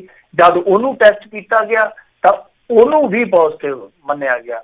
ਇਸ ਤੋਂ ਇਲਾਵਾ ਅੰਮ੍ਰਿਤਸਰ ਦੇ ਵਿੱਚ ਇੱਕ ਟੀਵੀ ਨਾਲ ਮਰਿਆ, ਦੱਸਦੇ ਕਿ ਉਹ ਵੀ ਪੋਜ਼ਿਟਿਵ ਆਇਆ। ਹੁਣ ਸਭ ਤੋਂ ਪਰੇ ਦੀ ਗੱਲ ਆ ਕਿ ਨੈਗੇਟਿਵ ਕੋਈ ਹੈ ਵੀ ਆ, ਮੌਤ ਤੋਂ ਬਾਅਦ ਸਾਰੇ ਪੋਜ਼ਿਟਿਵ ਬਣ ਰਹੇ ਆ। ਦੂਜੇ ਪਾਸੇ ਜੇ ਆਪਾਂ ਗੱਲ ਕਰੀਏ ਅਮਰੀਕਾ ਤੋਂ ਜਿਹੜੇ ਡਿਪੋਰਟ ਹੋ ਕੇ ਗਏ, ਮੇਰੇ ਖਿਆਲ ਦੇ ਨਾਲ ਇੱਧਰੋਂ ਪਰਸੋਂ ਚੌਥ ਹੀ ਗਏ ਆ, ਅਮਰੀਕਾ ਤੋਂ ਡਿਪੋਰਟ ਹੋ ਕੇ ਜਿਹੜੇ ਭਾਰਤੀ ਗਏ ਆ, ਉਹਨਾਂ ਦੇ ਵਿੱਚੋਂ ਇੱਕ ਨੂੰ ਇੱਥੇ ਹਵਾਈ ਅੱਡੇ ਤੇ ਰੋਕ ਲਿਆ ਗਿਆ ਔਰ ਉਹਨੂੰ ਗ੍ਰਿਫਤਾਰ ਵੀ ਕੀਤਾ ਗਿਆ। ਸ਼ਾਇਦ ਉਹਦੇ ਤੇ ਕੋਈ ਕੇਸ ਚੱਲਦਾ ਸੀ, ਪੰਜਾਬ ਦੇ ਪਟਿਆਲੇ ਦਾ ਰਹਿਣ ਵਾਲਾ ਸੀਗਾ ਤੇ ਉਹ ਬੰਦਾ ਭਗੌੜਾ ਸੀਗਾ ਕਾਗਜ਼ਾਂ ਦੇ ਵਿੱਚ, ਉਹਨੂੰ ਅਰੈਸਟ ਕਰ ਲਿਆ ਗਿਆ। ਇਸ ਤੋਂ ਇਲਾਵਾ ਸਰਕਾਰੀ ਹੁਕਮਾਂ ਦੇ ਬਾਵਜੂਦ ਲੋਕ ਜਿਹੜੇ ਆ ਉਹ ਬੱਸਾਂ ਦੇ ਵਿੱਚ ਅੱਜ ਘੱਟ ਨਿਕਲੇ ਆ। ਉਹਦਾ ਕਾਰਨ ਇਹੋ ਹੀ ਆ ਕਿ ਹਾਲ ਦੀ ਘੜੀ ਬਹੁਤੀਆਂ ਚੀਜ਼ਾਂ ਸਪਸ਼ਟ ਨਹੀਂ ਸੀ। ਜੀ ਜੀ ਤੇ ਮਿੰਟੂ ਜੀ ਅਗਲੀ ਗੱਲ ਕਰੀਏ, ਚੰਡੀਗੜ੍ਹ ਤੋਂ ਆ ਰਹੀ ਹੈ ਖਬਰ, ਪ੍ਰਾਈਵੇਟ ਸਕੂਲਾਂ ਦੇ ਕਹਿੰਦੇ ਹੱਕ 'ਚ ਭੁਗਤਿਆ ਸਿੱਖਿਆ ਵਿਭਾਗ, 31 ਮਈ ਤੱਕ ਫੀਸਾਂ ਭਰਨ ਦੇ ਦਿੱਤੇ ਹੁਕਮ। ਦੇਖੋ ਇਹ ਤੇ ਮਾੜੀ ਗੱਲ ਹੈ। ਹੁਣ ਸਾਰੀਆਂ ਫੀਸਾਂ ਕਿਸ ਤਰ੍ਹਾਂ ਭਰੀਆਂ ਜਾਣਗੀਆਂ? ਵੈਸੇ ਇੱਧਰ ਪੰਜਾਬ ਦੇ ਵਿੱਚ ਵੀ ਮੈਸੇਜ ਆਉਣੇ ਸ਼ੁਰੂ ਹੋ ਗਏ ਆ, ਕਿਉਂਕਿ ਇਹਨਾਂ ਨੇ ਕਿਹਾ ਸੀਗਾ ਕਿ ਟਿਊਸ਼ਨ ਫੀਸਾਂ ਜਿਹੜੀਆਂ ਤੁਸੀਂ ਲੈ ਸਕਦੇ ਹੋ। ਮਿਡਲ ਕਲਾਸ ਵਾਸਤੇ ਇਹ ਬੜਾ ਪੰਗਾ ਪੈ ਗਿਆ ਹੋਣਾ, ਕਿਉਂਕਿ ਟਿਊਸ਼ਨ ਫੀਸਾਂ ਉਹ ਉਨੀਆਂ ਹੀ ਲੈ ਰਹੇ ਆ ਜਿੰਨੀਆਂ ਦੂਸਰੀਆਂ ਫੀਸਾਂ ਲੈਂਦੇ ਸਨ। ਇਹਨਾਂ ਨੇ ਕਹਿ ਦਿੱਤਾ ਕਿ ਟਰਾਂਸਪੋਰਟ ਚਾਰਜਸ ਤੁਸੀਂ ਨਹੀਂ ਲੈ ਸਕਦੇ, ਐਡਮਿਸ਼ਨ ਫੀਸ ਨਹੀਂ ਮੰਗ ਸਕਦੇ। ਪਰ ਉਹਨਾਂ ਨੇ ਹੁਣ ਦੇਖੋ ਕੀਤਾ ਕੀ ਆ ਕਿ ਨਵਾਂ ਤਜਰਬਾ ਸੀ। ਪਹਿਲੀ ਗੱਲ ਇਹ ਆ ਕਿ ਸਾਰਿਆਂ ਦੇ ਕੋਲ ਸਮਾਰਟਫੋਨ ਨਹੀਂ ਹੈਗੇ, ਪੰਜਾਬ ਦੇ ਵਿੱਚ ਵੀ ਨਹੀਂ ਹੋਣਗੇ, ਪੂਰੇ ਇੰਡੀਆ 'ਚ ਤਾਂ ਹੋਣੇ ਕੀ ਆ। ਜੇ ਆਪਾਂ ਦੇਖੀਏ ਨਾ ਪੀਯੂ ਦੇ ਇੱਕ ਬਹੁਤ ਤਗੜੀ ਉਹ ਹੈਗੀ ਆ ਇਸ ਤਰ੍ਹਾਂ ਦੇ ਮਾਮਲੇ 'ਚ ਰਿਸਰਚ ਕਰਨ ਵਾਲੀ ਉਹ ਏਜੰਸੀ ਆ, ਉਹਨਾਂ ਦੀ ਸਟੱਡੀ ਆ ਕਿ ਮੇਰੇ ਖਿਆਲ ਦੇ ਨਾਲ 2019 ਦੀ ਸਟੱਡੀ ਆ ਉਹਨਾਂ ਦੀ ਕਿ 24% ਭਾਰਤੀਆਂ ਦੇ ਕੋਲ ਸਮਾਰਟਫੋਨ ਆ। ਤੇ ਹੁਣ ਤੁਸੀਂ ਲਾ ਲਓ ਕਿ 24 ਤੋਂ 35 ਤੱਕ ਪਹੁੰਚ ਗਿਆ ਹੋਊਗਾ ਅੰਕੜਾ। ਤਾਂ ਇਹ ਚੀਜ਼ ਹੈ ਕਿ ਸਾਰਿਆਂ ਕੋਲ ਇੱਕ ਸਮਾਰਟਫੋਨ ਨਹੀਂ, ਸਾਰੇ ਟੀਚਰਾਂ ਕੋਲ ਵੀ ਸ਼ਾਇਦ ਸਮਾਰਟਫੋਨ ਨਹੀਂ ਹੋਊਗਾ ਜਿਹੜੇ ਨਿੱਜੀ ਸਕੂਲਾਂ 'ਚ ਕੰਮ ਕਰਦੇ ਆ, ਕਿਉਂਕਿ ਉਹਨਾਂ ਨੂੰ ਤਾਂ ਤਨਖਾਹ ਜਿਹੜੀ 5-7 ਹਜ਼ਾਰ ਮਿਲਦੀ ਆ। ਹੁਣ ਗੱਲ ਕੀ ਆ ਕਿ ਉਹ ਜਿਹੜਾ ਨਵਾਂ ਤਜਰਬਾ ਸੀ ਉਹਦੇ ਵਿੱਚ ਕਰਦੇ ਕੀ ਸਨ, ਸਿਰਫ ਤੇ ਸਿਰਫ ਇੱਕੋ ਹੀ ਕੰਮ ਆ ਕਿ ਹੋਮਵਰਕ ਦੇ ਦਿੱਤਾ ਬੱਚਿਆਂ ਨੂੰ ਕਿ ਆ ਚੱਕੋ ਭਾਈ, ਤਾਂ ਕਰਕੇ ਉਹ ਫੋਟੋਆਂ ਖਿੱਚ ਕੇ ਪਾ ਦਿਓ ਤੇ ਉਹ ਮੰਮੀਆਂ ਵਿਚਾਰੀਆਂ ਜਾਂ ਪਾਪੇ ਵਿਚਾਰੇ ਨਾਲ ਲੱਗ ਲਗਾ ਕੇ ਉਹ ਖਿੱਚ ਕੇ ਫੋਟੋਆਂ ਫਾਟੋਆਂ ਪਾ ਕੇ ਲਓ ਜੀ ਇਹ ਕੰਮ ਹੋ ਗਿਆ। ਆਹ ਚੱਲ ਰਹੀ ਆ ਆਨਲਾਈਨ ਪੜ੍ਹਾਈ। ਇਹ ਦੱਸੋ ਇਹਦੇ 'ਚ ਪੈਸੇ ਕਿਹਨੂੰ ਮਿਲਣੇ ਚਾਹੀਦੇ? ਸਗੋਂ ਪੈਸੇ ਤਾਂ ਉਲਟੇ ਮਿਲਣੇ ਚਾਹੀਦੇ ਪੇਰੈਂਟਸ ਨੂੰ। ਉਹ ਵਿਚਾਰੀਆਂ ਸਬਜ਼ੀਆਂ ਸੁਬਜ਼ੀਆਂ ਚੀਰ ਕੇ ਬੀਬੀਆਂ ਵੇਲੇ ਨਾਲ ਬਹਿ ਜਾਂਦੀਆਂ ਕਿ ਮੈਡਮਾਂ ਨੇ ਅੱਜ ਕਲਾਸ ਲੈਣੀ, ਉਹ ਘੰਟੇ ਦੇ ਜ਼ੂਮ ਤੇ ਕਲਾਸ ਲੈਂਦੇ ਆ ਕਈ ਵਾਰ, ਉੱਥੇ ਕਰਕੇ ਦੇਣਾ ਜਾਂ ਬੱਚਿਆਂ ਨੂੰ ਕੰਮ ਕਰਵਾਉਣਾ, ਸਗੋਂ ਪੈਸੇ ਤਾਂ ਉਹਨਾਂ ਨੂੰ ਦੇਣੇ ਚਾਹੀਦੇ ਆ। ਤਾਂ ਇਹ ਪੰਗਾ ਹੈ ਕਿ ਹੁਣ ਦੇਖੋ ਹੋਮਵਰਕ ਕਰਵਾਇਆ ਬੱਚਿਆਂ ਨੂੰ, ਫੀਸ ਤੁਸੀਂ ਕਿੰਨੇ ਕੁ ਟਿਊਸ਼ਨ ਲੈ ਲਓ ਔਰ ਉਹਦੇ ਵਿੱਚ ਵੀ ਕੋਈ ਤੁਸੀਂ ਹੱਦ ਨਹੀਂ ਨਿਸ਼ਚਿਤ ਕੀਤੀ ਕਿ ਕਿੰਨੀ ਲੈ ਸਕਦਾ ਕੋਈ ਨਿੱਜੀ ਸਕੂਲ। ਪੰਜਾਬ ਦੇ ਵਿੱਚ ਵੀ ਇਹ ਪੰਗਾ ਪਿਆ ਤੇ ਚੰਡੀਗੜ੍ਹ ਦੇ ਵਿੱਚ ਤੇ ਪ੍ਰਸ਼ਾਸਨ ਨੇ ਕਹਿ ਹੀ ਦਿੱਤਾ ਕਿ ਭਾਈ ਨਹੀਂ ਇਹ ਤਨਖਾਹਾਂ ਜਿਹੜੀਆਂ ਤੁਹਾਨੂੰ ਉਹ ਦੇਣੀਆਂ ਹੀ ਪੈਣੀਆਂ ਨੇ। ਤਾਂ ਇਹ ਆਪਣੇ ਆਪ ਦੇ ਵਿੱਚ ਹੁਣ ਬਹੁਤ ਕਸੂਤਾ ਕੰਮ ਹੋ ਗਿਆ ਕਿ ਜੇ ਉਧਰੋਂ ਮੰਨ ਲਓ ਇਸ ਤਰ੍ਹਾਂ ਦੇ ਸੰਕੇਤ ਮਿਲਦੇ ਆ ਤਾਂ ਮੈਂ ਜਿਵੇਂ ਤੁਹਾਨੂੰ ਕਿਹਾ ਕਿ ਪੰਜਾਬ ਦੇ ਵਿੱਚ ਵੀ ਇਸ ਤਰ੍ਹਾਂ ਦੇ ਸੁਨੇਹੇ ਮਿਲਦੇ ਪਏ। ਅੰਮ੍ਰਿਤਸਰ ਦੇ ਵਿੱਚ ਅੱਜ ਮਾਪਿਆਂ ਨੇ ਪ੍ਰੋਟੈਸਟ ਵੀ ਕੀਤੇ ਸ਼ਾਇਦ ਜੀ ਇਹਨਾਂ ਸਕੂਲਾਂ ਦੇ ਖਿਲਾਫ। ਤਾਂ ਉਹ ਆਉਣ ਵਾਲਾ ਸਮਾਂ ਜਿਹੜਾ ਮਿਡਲ ਕਲਾਸ ਵਾਸਤੇ ਇੱਕ ਹੋਰ ਝਟਕਾ ਲੈ ਕੇ ਆਊਗਾ। ਤਾਂ ਮੇਰੇ ਖਿਆਲ ਦੇ ਨਾਲ ਇਹ ਸਾਰੀਆਂ ਚੀਜ਼ਾਂ ਸੁਨਿਸ਼ਚਿਤ ਕਰਨੀਆਂ ਚਾਹੀਦੀਆਂ। ਬਹੁਤ ਮਾੜੀ ਗੱਲ ਹੈ। ਵੈਸੇ ਮੈਂ ਇਸ ਹੱਕ ਦੇ ਵਿੱਚ ਹਾਂ ਕਿ ਨਿੱਜੀ ਸਕੂਲ ਦੇਖੋ ਜੇ ਚੱਲਦੇ ਆ ਤਾਂ ਉਹ ਬੱਚਿਆਂ ਦੀ ਫੀਸ ਨਾਲ ਹੀ ਚੱਲਦੇ ਆ, ਪਰ ਕੁਛ ਨਾ ਕੁਛ ਤੇ ਸੋਚਣਾ ਪਏਗਾ ਨਾ, ਕੁਛ ਨਾ ਕੁਛ ਤੇ ਵਿਚਾਰਨਾ ਪਏਗਾ। ਹੁਣ ਸਾਰਾ ਬੋਝ ਫਿਰ ਤੁਸੀਂ ਮਿਡਲ ਕਲਾਸ ਤੇ ਸਿੱਟ ਰਹੇ ਹੋ। ਜੀ ਜੀ। ਅਗਲੀ ਜਿਹੜੀ ਗੱਲ ਕਰੀਏ, ਪ੍ਰੋਟੈਸਟ ਦੀ ਗੱਲ ਕਰਦੇ ਸੀ, ਕਹਿੰਦੇ ਦੁਕਾਨਾਂ ਖੁਲਵਾਉਣ ਦੀ ਮੰਗ ਨੂੰ ਲੈ ਕੇ ਜਿਹੜੇ ਕੁਛ ਨਾਈ, ਬਾਰਬਰ, ਹੇਅਰ ਸਲੂਨ, ਪਾਰਲਰ ਵਾਲੇ ਕਹਿੰਦੇ ਉਹ ਵੀ ਸੜਕਾਂ 'ਤੇ ਉਤਰੇ ਆ। ਇਹ ਵੈਸੇ ਹੁਣ ਕਮਾਲ ਦੀ ਗੱਲ ਹੈ ਕਿ ਜਦੋਂ ਤੁਸੀਂ ਸਾਰੇ ਬਿਜ਼ਨਸ ਹੌਲੀ ਹੌਲੀ ਖੋਲ੍ਹਦੇ ਪਏ ਹੋ, ਇੱਕ ਮਤਲਬ ਕਿ ਜਿੱਦਾਂ ਲਾ ਲਓ ਕੋਈ ਸੈਲੂਨ ਵਾਲਾ ਹੈ, ਕੋਈ ਵਿਚਾਰਾ ਨਾਈ ਆ, ਹੁਣ ਆਪਣੇ ਪਿੰਡਾਂ 'ਚ ਸ਼ਹਿਰਾਂ 'ਚ ਤੇ ਨਾਈ ਕਹਿੰਦੇ ਆਪਾਂ, ਨਾਈ ਦੀ ਦੁਕਾਨ ਦੇ ਉੱਤੇ ਕੀ ਮੇਲਾ ਲੱਗਦਾ ਕੋਈ? ਵੈਸੇ ਵੀ ਉਹ ਤਾਂ ਵਿਚਾਰੇ ਤਿਆਰ ਸੀਗੇ, ਜਿਵੇਂ ਆਉਂਦੇ ਆਉਣ ਵਾਲਾ ਟਾਈਮ ਤੇਰੇ ਬਾਈ ਦਾ, ਤੇ ਉਹ ਫੋਟੋਆਂ ਪੈਂਦੀਆਂ ਸੀ ਕਿ ਆਉਣ ਵਾਲਾ ਟਾਈਮ ਤੇਰੇ ਨਾਈ ਦਾ, ਤੇ ਵਾਲ ਵੂਲ ਜਿਹੜੇ ਲੋਕਾਂ ਦੇ ਵਧੇ ਹੋਣਗੇ ਤੇ ਸਾਡਾ ਕੰਮ ਚੰਗਾ ਚੱਲੂਗਾ। ਪਰ ਉਹਨਾਂ ਦੀਆਂ ਉਮੀਦਾਂ ਤੇ ਇਹਨਾਂ ਨੇ ਗਿੱਲੀਆਂ ਕਰ ਦਿੱਤੀਆਂ, ਸਿੱਲੀਆਂ ਕਰ ਦਿੱਤੀਆਂ। ਉਹਨਾਂ ਦਾ ਕੰਮ ਹੀ ਨਹੀਂ ਖੋਲ ਰਹੇ। ਔਰ ਹੋਰ ਵੀ ਵੇਖੋ ਬਹੁਤ ਸਾਰੇ ਇਸ ਤਰ੍ਹਾਂ ਦੇ ਹੈਗੇ ਆ ਕਿੱਤਾਕਾਰ ਜਿਹੜੇ ਵਿਚਾਰੇ ਉਡੀਕਦੇ ਪਏ ਆ। ਮਸਲਨ ਜਿੱਦਾਂ ਲਾ ਲਓ ਕਿ ਹੋਰ ਛੋਟੇ ਮੋਟੇ ਵਿਚਾਰੇ ਜਿਹੜੇ ਜਗਰਾਤੇ ਵਗੈਰਾ ਲਾਉਂਦੇ ਸੀਗੇ, ਕਲਾਕਾਰ, ਆਰਟਿਸਟ, ਜਾਂ ਹੋਰ ਇਸ ਤਰ੍ਹਾਂ ਦੀ ਛੋਟੇ ਮੋਟੇ ਯੋਜਨਾ 'ਚ ਹਿੱਸਾ ਲੈ ਕੇ ਆਪਦੀ ਤੋਰੀ ਫੁਲਕਾ ਰੇਹੜੀ ਫਿਰਦੇ ਸੀਗੇ, ਉਹ ਵੀ ਬੰਦੇ ਇਹਨਾਂ ਨੇ ਹੱਕਲ ਕਰਕੇ ਬਿਠਾਏ ਆ ਕਿ ਜਦ ਤੁਸੀਂ ਸਾਰਾ ਕੁਛ ਖੋਲ ਦਿੱਤਾ। ਅੱਜ ਮੈਂ ਬਾਜ਼ਾਰ 'ਚ ਗਿਆ ਸਾਂ ਤੇ ਹਾਲੇ ਪੂਰਾ ਬਾਜ਼ਾਰ 'ਚ ਨਹੀਂ ਗਿਆ ਸੀ, ਉਰੇ ਮੁੜ ਆਇਆ, ਤੇ ਉੱਥੇ ਤੇ ਐਂ ਲੱਗਦਾ ਸੀਗਾ ਕਿ ਜਿਵੇਂ ਕੋਈ ਕਰੋਨਾ ਸ਼ਰੋਨਾ 'ਚ ਸਭ ਨਿਕਲ ਗਏ ਆ, ਬਾਜ਼ਾਰ ਆਮ ਵਰਗਾ ਸੀਗਾ। ਤਾਂ ਜਦ ਬਾਜ਼ਾਰ ਆਮ ਵਰਗਾ ਤੇ ਫਿਰ ਇਹ ਜਿਹੜੇ ਛੋਟੇ ਮੋਟੇ ਕਾਰੋਬਾਰੀ ਆ, ਉਹ ਜਿਨ੍ਹਾਂ ਦੀ ਦੁਕਾਨ ਤੇ ਕੋਈ 2-4 ਬੰਦੇ ਹੁੰਦੇ ਆ ਇੱਕ ਟਾਈਮ 'ਚ, ਇੰਨੀ ਤੇ ਭੀੜ ਹੁੰਦੀ ਹੀ ਨਹੀਂ, ਕੋਈ 2-4-5-7 ਬੰਦੇ ਹੁੰਦੇ ਆ, ਉਹ ਵੀ ਉਹਨਾਂ ਨੂੰ ਤੁਸੀਂ ਕਹਿ ਸਕਦੇ ਹੋ ਕਿ ਭਾਈ ਫੋਨ ਤੇ ਤੁਸੀਂ ਆਪਣੀ ਪਹਿਲਾਂ ਅਪਾਇੰਟਮੈਂਟ ਦੇ ਦਿਓ, ਅਪਾਇੰਟਮੈਂਟ ਲੈ ਕੇ ਆਵੇ, ਤੁਹਾਡੇ ਕੋਲ 2-4 ਗਾਹਕ ਬੈਠਣ, ਤੇ ਉਹ ਜੋ ਵੀ ਤੁਸੀਂ ਯੂਜ਼ ਕਰਨਾ, ਸੈਨੀਟਾਈਜ਼ ਕਰਨੇ ਆਪਣੇ ਸੰਦ ਸਮਾਨੇ ਜਾਂ ਕੁਝ ਹੋਰ ਚੀਜ਼ਾਂ, ਜੋ ਵੀ ਪਰਹੇਜ਼ ਕਰਨੇ ਆ ਤੁਸੀਂ ਉਹ ਕਰਕੇ, ਜੋ ਵੀ ਡਿਸਟੈਂਸਿੰਗ ਵਗੈਰਾ ਰੱਖਣੀ ਆ, ਤੇ ਤੁਸੀਂ ਆਪਣਾ ਕੰਮ ਕਰੋ। ਇਹਨਾਂ ਨੂੰ ਵਿਚਾਰਿਆਂ ਨੂੰ ਕਿਉਂ ਭੁੱਖੇ ਮਾਰਨਾ? ਸਾਰਿਆਂ ਦਾ ਹੁਣ ਰਿਜ਼ਕ ਆ ਨਾ। ਹੋਰ ਜਿਹੜੀਆਂ ਦੁਕਾਨਾਂ ਇਸ ਤਰ੍ਹਾਂ ਦੀਆਂ ਖੋਲ੍ਹਣੀਆਂ ਚਾਹੀਦੀਆਂ। ਜਦ ਤੁਸੀਂ ਵੱਡੇ ਕਾਰੋਬਾਰੀਆਂ ਨੂੰ ਕਹਿ ਰਹੇ ਹੋ ਕਿ ਬਿਜ਼ਨਸ ਕਰੋ ਤੁਸੀਂ, ਤੇ ਫਿਰ ਛੋਟਿਆਂ ਨੂੰ ਵਿਚਾਰਿਆਂ ਨੂੰ ਕਿਉਂ ਮਾਰਨਾ? ਜਿਹੜੇ ਹੈਂਡ ਟੂ ਮਾਊਥ ਵਾਲੇ ਆ, ਜਿਨ੍ਹਾਂ ਨੇ ਡੇਲੀ ਕੋਈ 400-500, ਕੋਈ 1000, 2000, 4000 ਕਮਾਉਣਾ ਤੇ ਰੋਟੀ ਖਾਣੀ ਆ, ਤਾਂ ਉਹਨਾਂ ਵਾਸਤੇ ਵੀ ਬਰਾਬਰ ਮੌਕਾ ਹੋਣਾ ਚਾਹੀਦਾ, ਕਿਉਂਕਿ ਰਗੜਾ ਕਰੋਨਾ ਨੇ ਬਰਾਬਰ ਹੀ ਲਾਇਆ ਸਾਰਿਆਂ ਨੂੰ। ਜੀ ਜੀ। ਅਗਲੀ ਗੱਲ ਕਰੀਏ, ਕਹਿੰਦੇ ਮੰਤਰੀਆਂ ਤੇ ਵਿਧਾਇਕਾਂ ਦੀ ਨਾਰਾਜ਼ਗੀ ਦੂਰ ਕਰਨ ਲਈ ਕੈਪਟਨ ਨੇ ਖੇਡੀ ਲੰਚ ਡਿਪਲੋਮੇਸੀ। ਇਹ ਕਦੀ ਡਿਨਰ ਤੇ ਕਦੀ ਲੰਚ ਡਿਪਲੋਮੇਸੀ, ਇਹੀ ਕੁਛ ਆ। ਤੁਹਾਨੂੰ ਚੇਤੇ ਹੋਣਾ ਕਿ ਇਹਨੇ ਲੰਚ ਡਿਪਲੋਮੇਸੀ ਮੇਰੇ ਖਿਆਲ ਦੇ ਨਾਲ ਪਿਛਲੇ ਸਾਲ ਅਗਸਤ ਦੇ ਵਿੱਚ ਵੀ ਖੇਡੀ ਸੀਗੀ। ਪਹਿਲਾਂ ਅੱਜ ਦਾ ਮੈਂ ਤੁਹਾਨੂੰ ਦੱਸ ਦਿੰਦਾ, ਫਿਰ ਉਹਦੀ ਵੀ ਸੁਣਾ ਦਿੰਦਾ ਤੁਹਾਨੂੰ ਕਹਾਣੀ ਤੇ ਉਦੋਂ ਇਹਨਾਂ ਨੇ ਕੀ ਕੀਤਾ ਸੀਗਾ। ਵੈਸੇ ਉਹ ਕਹਾਣੀਆਂ ਜਿਹੜੀਆਂ ਪੰਜਾਬੀ ਘੱਟ ਸੁਣਦੇ ਆ, ਇਹਨਾਂ ਨੂੰ ਸਿੱਧੂ ਮੂਸੇ ਵਾਲੇ ਦਾ ਵਿਵਾਦ ਚੰਗਾ ਲੱਗਦਾ, ਜਾਂ ਭਾਬੀ ਰਣਜੀਤ ਕੌਰ ਉਹਦੀ ਟਿਕਟੌਕ ਚੰਗੀ ਲੱਗਦੀ ਆ। ਇਹੋ ਜਿਹੀਆਂ ਗੱਲਾਂ 'ਚ ਇੰਟਰਸਟਡ ਘੱਟ ਹੁੰਦੇ ਆ ਕਿ ਕਿੱਥੇ ਸਾਨੂੰ ਲੁੱਟ ਪੈ ਰਹੀ ਆ, ਕਿੱਥੇ ਸਾਡੇ ਹੱਕ ਹਕੂਕ ਜਿਹੜੇ ਆ ਉਹ ਖੋਏ ਚੱਪੇ ਜਾ ਰਹੇ ਆ। ਤਾਂ ਖੈਰ ਇਹ ਡਿਨਰ ਡਿਪਲੋਮੇਸੀ ਇਹੋ ਆ, ਰਾਜਾ ਵੜਿੰਗ ਸੱਦ ਲਿਆ, ਸੁਨੀਲ ਜਾਖੜ ਸੱਦ ਲਿਆ, ਸੰਗਤ ਸਿੰਘ ਗਿੱਲ ਜੀਆਂ ਸੱਦ ਲਿਆ, ਜਾਂ ਸੁਖਜਿੰਦਰ ਸਿੰਘ ਰੰਧਾਵਾ, ਜਿਹੜੇ ਤੱਤੇ ਬੰਦੇ ਆ, ਥੋੜੇ ਜਿਹੇ ਬੜਬੋਲੇ ਬੰਦੇ ਆ, ਉਹ ਬੁਲਾ ਕੇ ਉਹਨਾਂ ਨੂੰ ਪਲੋਸਣ ਦਾ ਯਤਨ ਕੀਤਾ ਜਾ ਰਿਹਾ। ਹਾਲਾਂਕਿ ਜਿਹੜਾ ਪ੍ਰੈਸ ਰਿਲੀਜ਼ ਕੀਤਾ ਕੈਪਟਨ ਅਮਰਿੰਦਰ ਸਿੰਘ ਨੇ, ਉਹ ਕਹਿੰਦੇ ਕਿ ਨਹੀਂ ਜੀ ਕਰੋਨਾ ਬਾਰੇ ਗੱਲਬਾਤ ਹੋ ਰਹੀ ਹੈ। ਤਾਂ ਬੰਦਾ ਪੁੱਛੇ ਕਿ 2 ਮਹੀਨੇ ਬਾਅਦ ਜੇ ਤਾਂ ਵਿਧਾਇਕਾਂ ਨਾਲ ਕਰੋਨਾ ਬਾਰੇ ਗੱਲਬਾਤ ਕਰਨੀ ਹੈ। ਤਾਂ ਜਿਹੜੇ ਵਿਧਾਇਕ ਸੀ ਉਹਨਾਂ ਦੇ ਵਿੱਚ ਪ੍ਰਗਟ ਸਿੰਘ ਵੀ ਸੀ। ਪ੍ਰਗਟ ਸਿੰਘ ਤੇ ਤੁਹਾਨੂੰ ਪਤਾ ਸਿੱਧੀਆਂ ਹੀ ਹਿੱਟਾਂ ਮਾਰਦਾ ਬਾਲ ਨੂੰ, ਉਹ ਤੇ ਗੱਲਾਂ ਬਾਤਾਂ ਸਿੱਧੀਆਂ ਕਰ ਗਿਆ। ਤਾਂ ਇਹ ਸਾਰਾ ਕੁਛ ਅੱਜ ਹੋਇਆ। ਹੁਣ ਜਿਹੜੇ ਵਿਧਾਇਕ ਆ ਉਹ ਕਹਿੰਦੇ ਆ ਕਿ ਜੇ ਅਗਲੀ ਵਾਰੀ ਸੱਦਣਗੇ ਤੇ ਅਸੀਂ ਸੋਚਾਂਗੇ ਦੁਬਾਰਾ ਆਉਣਾ ਕਿ ਨਹੀਂ ਆਉਣਾ। ਜਿਹੜੇ ਹੈਗੇ ਆ ਇੰਦਰਜੀਤ ਸਿੰਘ ਜੀਰਾ ਦੇ ਸੁਪੁੱਤਰ ਕੁਲਬੀਰ ਸਿੰਘ ਜੀਰਾ, ਉਹ ਕਹਿੰਦੇ ਜੀ ਸਾਨੂੰ ਤੇ ਸੱਦਿਆ ਬੁਲਾਇਆ ਹੀ ਨਹੀਂ ਕਿਸੇ ਨੂੰ, ਤੇ ਅਸੀਂ ਕਾਹਤੋਂ ਜਾਣਾ।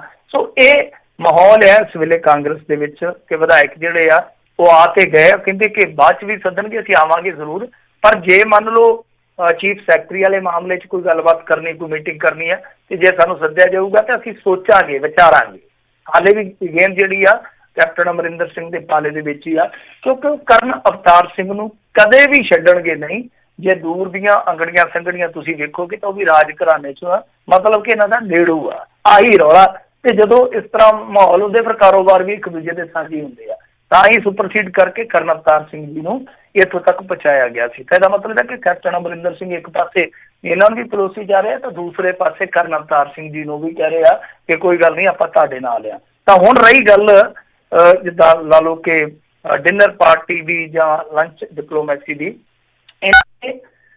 ਅਗਸਤ ਦੇ ਵਿੱਚ ਮੇਰੇ ਖਿਆਲ ਦੇ ਨਾਲ ਇਸੇ ਤਰ੍ਹਾਂ ਹੀ ਰਾਤ ਦੇ ਖਾਣੇ ਦਾ ਇੰਤਜ਼ਾਮ ਕੀਤਾ ਸੀ, ਤੁਹਾਨੂੰ ਚੇਤੇ ਹੋਊਗਾ। ਤਾਂ ਉਸ ਸਮੇਂ ਇਹਨਾਂ ਨੇ ਡਿਨਰ ਪਾਰਟੀ ਦਾ ਜਿਹੜਾ ਖਾਣਾ ਖਾਧਾ ਸੀ ਉਹ 2,36,000 ਚ ਪਿਆ ਸੀ। 5 ਅਗਸਤ ਦੀ ਗੱਲ ਹੈ, ਚੇਤੇ ਕਰ ਲਓ। ਵਿਧਾਨ ਸਭਾ ਦੇ ਸੈਸ਼ਨ ਦੇ ਵਿੱਚ ਹੀ ਇਹਨਾਂ ਨੇ ਵਿਧਾਇਕਾਂ ਨੂੰ ਸੱਦ ਕੇ ਡਿਨਰ ਕਰਵਾਇਆ ਸੀਗਾ। ਔਰ ਕਮਾਲ ਦੀ ਗੱਲ ਆ ਕਿ ਕੈਟਰਿੰਗ ਦਾ ਜਿਹੜਾ ਭੁਗਤਾਨ ਉਹ 2,000 ਰੁਪਏ ਪ੍ਰਤੀ ਥਾਲੀ ਕੀਤਾ ਗਿਆ, ਜਦ ਕਿ ਜੇ ਉਹ ਸਾਰਾ ਇੰਤਜ਼ਾਮ ਉੱਥੋਂ ਹੀ ਕਰਦੇ, ਮਤਲਬ ਕਿ ਆਪਣੀ ਕੰਟੀਨ ਚੋਂ ਕਰਾਉਂਦੇ, ਤੇ ਕੈਟਰਿੰਗ ਦਾ ਸਾਰਾ ਖਰਚਾ ਹੋਣਾ ਸੀ 40,000 ਰੁਪਇਆ। ਮਤਲਬ ਕਿ ਡਿਪਲੋਮੈਸੀ ਇਹਨਾਂ ਦੀ ਚੱਲਦੀ ਹੈ, ਚਾਹੇ ਲੰਚ ਦੀ ਆ ਚਾਹੇ ਡਿਨਰ ਦੀ ਆ, ਪਰ ਉਹ ਬਿੱਲ ਕਿੰਨੇ ਪੇ ਕਰਨਾ? ਬਿੱਲ ਅਸੀਂ ਪੇ ਕਰਨਾ। ਮਤਲਬ ਕਿ ਇਹਨਾਂ ਦੇ ਲੜਾਈ ਝਗੜਿਆਂ ਦਾ ਬਿੱਲ ਵੀ ਅਸੀਂ ਪੇ ਕਰਦੇ। ਮੈਂ ਤਾਂ ਕਹਿੰਦਾ ਕਿ ਪੰਜਾਬੀਆਂ ਨੂੰ ਇਹਨਾਂ ਚੀਜ਼ਾਂ ਦਾ ਕੋਈ ਬਹੁਤਾ ਸਰੋਕਾਰ ਨਹੀਂ ਹੁੰਦਾ, ਉਹਨਾਂ ਨੂੰ ਦੂਜੇ ਜਿਹੜੇ ਕੰਨਾਂ ਦੇ ਰਸ ਵਾਲੇ ਆ ਨਾ, ਚੁਟਕਲੇ, ਉਹ ਸੁਣਨੇ ਚਾਹੀਦੇ, ਪਰ ਇਹਨਾਂ ਚੀਜ਼ਾਂ ਵੱਲ ਤਵੱਜੋ ਨਹੀਂ ਦਿੰਦੇ ਕਿ ਅਸਲ ਦੇ ਵਿੱਚ ਜਿਹੜੀ ਡਿਨਰ ਡਿਪਲੋਮੈਸੀ ਆ, ਲੰਚ ਡਿਪਲੋਮੈਸੀ ਆ, ਉਹ ਤੁਹਾਡੇ ਸਿਰ ਤੇ ਤੁਹਾਡੀ ਜੇਬ ਤੋਂ ਹੀ ਹੋ ਰਹੀ ਆ। ਜੀ ਜੀ, ਅਗਲੀ ਗੱਲ ਕਰੀਏ ਮਿੰਟੂ ਜੀ, ਹੋਸਟਲ ਮਾਲਕ ਨੇ 9 ਕੁੜੀਆਂ ਨੂੰ ਕਹਿੰਦੇ ਬੰਦੀ ਬਣਾਇਆ।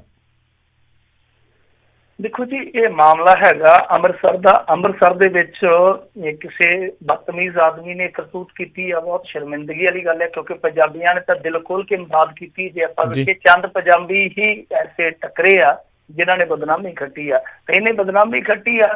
ਇਸ ਇਨਸਾਨ ਨੇ ਕੀ ਕੀਤਾ ਕਿ ਨਾਗਾਲੈਂਡ ਦੀਆਂ 9 ਲੜਕੀਆਂ ਸੀ, ਤਾਂ ਉਹਨਾਂ ਨੂੰ ਬੰਦੀ ਬਣਾ ਲਿਆ ਸਿਰਫ ਇਸ ਕਰਕੇ ਕਿਉਂਕਿ ਉਹਨਾਂ ਦੇ ਕੋਲ ਪੈਸਾ ਨਹੀਂ ਸੀ, ਤੇ ਇਹ ਕਹਿੰਦਾ ਸੀਗਾ ਕਿ ਮੈਂ ਤੁਹਾਨੂੰ ਤਾਂ ਜਾਣ ਦੇਣਾ ਵਾ ਜੇਕਰ ਤੁਸੀਂ ਪੇ ਕਰੋਗੇ ਜੋ ਵੀ ਤੁਹਾਡਾ ਰੈਂਟ ਵਗੈਰਾ ਬਣਦਾ ਹੈ। ਤਾਂ ਤੁਹਾਨੂੰ ਪਤਾ ਹੀ ਹੈ ਕਿ ਜਦੋਂ ਹਫੜਾ ਦਫੜੀ ਹੋਵੇ ਫਿਰ ਪੈਸੇ ਧੇਲੇ ਕਿੱਥੇ ਲੱਭਦੇ ਆ। ਤਾਂ ਇਹਨੇ ਫਿਰ ਉਹਨਾਂ ਨੂੰ ਧਮਕੀ ਦਿੱਤੀ ਕਿ ਮੈਂ ਤਾਂ ਤੁਹਾਡਾ ਜੋ ਬਿਜਲੀ ਪਾਣੀ ਉਹ ਵੀ ਕੱਟ ਦੇਊਂਗਾ। ਉਸ ਤੋਂ ਬਾਅਦ ਜਿੰਦਰਾ ਲਾ ਦਿੱਤਾ ਬਾਹਰੋਂ ਕਿ ਤੁਸੀਂ ਜਾ ਨਹੀਂ ਸਕਦੀਆਂ। ਉਹ ਫਿਰ ਹੌਲੀ ਹੌਲੀ ਗੁਆਂਢੀਆਂ ਨੂੰ ਪਤਾ ਲੱਗਿਆ। ਹੁਣ ਪਤਾ ਨਹੀਂ ਕਦੋਂ ਦੀਆਂ ਕੁੜੀਆਂ ਜਿਹੜੀਆਂ ਉੱਥੇ ਕੈਦ ਸੀਗੀਆਂ, ਬੰਦੀ ਬਣਾਈਆਂ ਗਈਆਂ, ਤਾਂ ਉਹਨਾਂ ਨੇ ਪ੍ਰਸ਼ਾਸਨ ਨੂੰ ਸੂਚਿਤ ਕੀਤਾ ਤੇ 9 ਕੁੜੀਆਂ ਨੂੰ ਆ ਕੇ ਪ੍ਰਸ਼ਾਸਨ ਨੇ ਛੁਡਾਇਆ। ਦੇਖੋ, ਇਹੋ ਜਿਹੇ ਪੰਜਾਬੀ ਵੀ ਹੈਗੇ ਆ ਸਾਡੇ ਵਿੱਚ। ਇੱਕ ਪਾਸੇ ਉਹ ਵੀ ਸਰਦਾਰ ਜੀ ਹੈਗੇ ਆ, ਜਸਵੀਰ ਸਿੰਘ ਜੀ ਸ਼ਾਇਦ ਉਹਨਾਂ ਦਾ ਨਾਮ ਆ, ਨਾਗਪੁਰ ਵਾਲੇ, ਜਿਨ੍ਹਾਂ ਨੇ ਆਪਣਾ ਹੋਟਲ ਹੈ ਜਿਹੜਾ ਉਹ ਖੋਲਿਆ, 109 ਕਮਰੇ ਖੋਲੇ ਆ ਡਾਕਟਰਾਂ ਵਾਸਤੇ ਕਿ ਤੁਸੀਂ ਇੱਥੇ ਰੈਸ਼ ਕਰੋ, ਖਾਣ ਪੀਣ ਦਾ ਵੀ ਬੰਦੋਬਸਤ ਮੈਂ ਕਰੂੰਗਾ। ਤੇ ਦੂਸਰੇ ਪਾਸੇ ਇਹ ਹੋਸਟਲ ਮਾਲਕ ਆ। ਬੰਦਾ ਪੁੱਛੇ ਕਿ ਹੁਣ ਫਿਰ ਤੇ ਕੇਸ ਦਰਜ ਹੋ ਜਾਣਾ, ਕਿਉਂਕਿ ਸਰਕਾਰ ਨੇ ਕਿਹਾ ਸੀਗਾ ਕਿ ਬਾਹਰੋਂ ਜੇ ਕੋਈ ਬੰਦਾ ਠਹਿਰਿਆ ਤੁਹਾਡੇ ਕੋਲ, ਤੁਹਾਨੂੰ ਸੂਚਿਤ ਕਰਨਾ ਪਊਗਾ। ਔਰ ਇਹਨੇ ਤੇ ਕੀ ਕੀਤਾ ਕਿ ਉਲਟਾ ਉਹਨਾਂ ਨੂੰ ਬੰਦੀ ਬਣਾ ਕੇ ਰੱਖਿਆ, ਹੋਸਟੇਜ ਬਣਾ ਕੇ ਰੱਖਿਆ ਵਾ। ਉਹ ਕੇਸ ਦਰਜ ਹੋ ਜਾਣਾ ਇਹਦੇ ਤੇ ਜਦ ਹੁਣ ਕੇਸ ਦਰਜ ਹੋਊਗਾ, ਹੋ ਸਕਦਾ ਇਹਦਾ ਹੋਸਟਲ ਫਿਰ ਸੀਲ ਰਵੇ ਜਾਂ ਬੰਦ ਰਵੇ। ਹੁਣ ਵੀ ਤੇ ਖਰਚਾ ਚੱਲੂਗਾ ਹੀ ਨਾ, ਹੁਣ ਵੀ ਤੇ ਘਾਟਾ ਖਾਊਗਾ ਹੀ, ਨਾਲੇ ਪੁਲਿਸ ਤੋਂ ਬੇਇੱਜ਼ਤੀ ਕਰਾਉਣੀ ਆ। ਤੇ ਉਹਦੇ ਨਾਲ ਚੰਗਾ ਸੀਗਾ ਕਿ ਜੇ ਇੱਜ਼ਤ ਮਾਣ ਦੇ ਨਾਲ ਕਹਿੰਦਾ ਕਿ ਤੁਸੀਂ ਸਾਡੀਆਂ ਧੀਆਂ ਜੇ, ਤੁਸੀਂ ਪੰਜਾਬ ਚ ਆਈਆਂ, ਜਾਓ, ਕੋਈ ਗੱਲ ਨਹੀਂ ਹੈ, ਜਦੋਂ ਤੁਹਾਡੇ ਕੋਲ ਹੋਏ ਤੇ ਤੁਸੀਂ ਉਹ ਤੋਂ ਖਾਤੇ ਚ ਪਾ ਦਿਓ। ਪਰ ਮੈਨੂੰ ਨਹੀਂ ਲੱਗਦਾ ਕਿ ਕੋਈ ਵੀ ਕੁੜੀ ਜਿਹੜੀ ਆ ਘਰ ਜਾ ਕੇ ਇਸ ਤਰ੍ਹਾਂ ਕਰਦੀ ਕਿ ਇਹਦਾ ਬਣਦਾ ਜਿਹੜਾ ਸਰਦਾ ਸੀਗਾ ਪੈਸਾ ਉਹ ਨਾ ਭੇਜਦੀ, ਕਿਉਂਕਿ ਬੱਚੇ ਕਰਦੇ ਇਸ ਤਰ੍ਹਾਂ ਕਰ ਲੈਂਦੇ ਆ।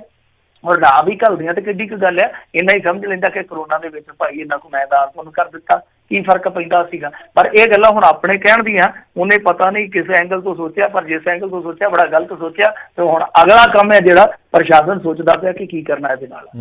ਅਗਵਾ ਦੇ ਜਦੋਂ ਮਾਮਲੇ 9 ਦਰਜ ਹੋਏ ਤਾਂ ਫਿਰ ਲੱਗਣਾ ਇਹਨੂੰ ਪਤਾ ਵੀ ਕਿਸ ਭਾਅ ਵਿਕਦੀ ਆ।